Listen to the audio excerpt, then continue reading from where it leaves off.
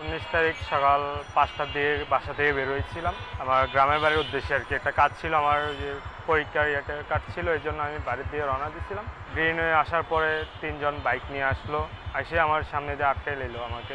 কোনো কথা বলে নেই, নেমে আমাকে 3জন থেকে 1জন বাইকে ছিল আর 2জন নেমে গেঞ্জি থেকে চাপাতি বের করে আমাকে মারধর করলো, আঘাত, মানে কোনো কথা নেই, তার আমার আঘাত করে আমার আতঙ্ক বানিয়ে তারপর আমার থেকে সব নিয়ে গেছে আর কি।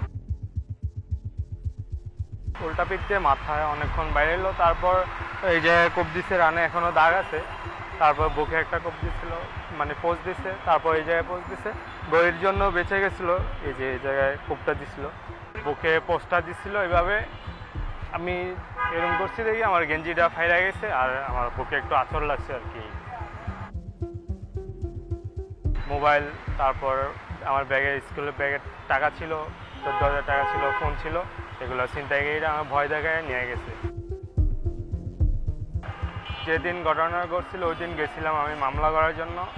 এরা বললো যে ওই হসপিটাল থেকে রিপোর্ট আনার জন্য এই আবার হসপিটালে গেছি, হ্যাঁ আবার ঢাকা মেডিকেলে যাইতে বলে। এই জন্য আমার শরীর অনেক খারাপ ছিল, এই জন্য আমি আর যাই নাই। তারপর আমি দেশের উদ্দেশ্যে রওনা দিচ্ছিলাম আর কি, ওই জায়গায় যে প্রাথমিক চিকিৎসা নেই।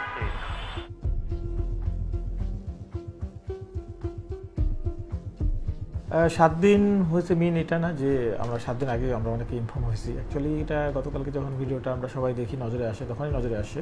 আমরা এই ভিডিওটা আমাদের নজরে আসার সাথে সাথে আমরা এটা কাজ করা শুরু করি।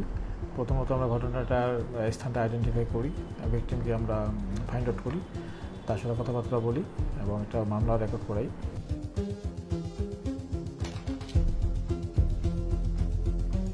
ভিকটিমের যে দুলাভাই, ওর পার্সোনাল একটা ক্যামেরা আছে, ওর বাসার নিচে একটা ক্যামেরা লাগানো আছে, ওইটা দিয়ে সে সর্বপ্রথম ফেসবুকে ছাড়ে ভিডিওটা।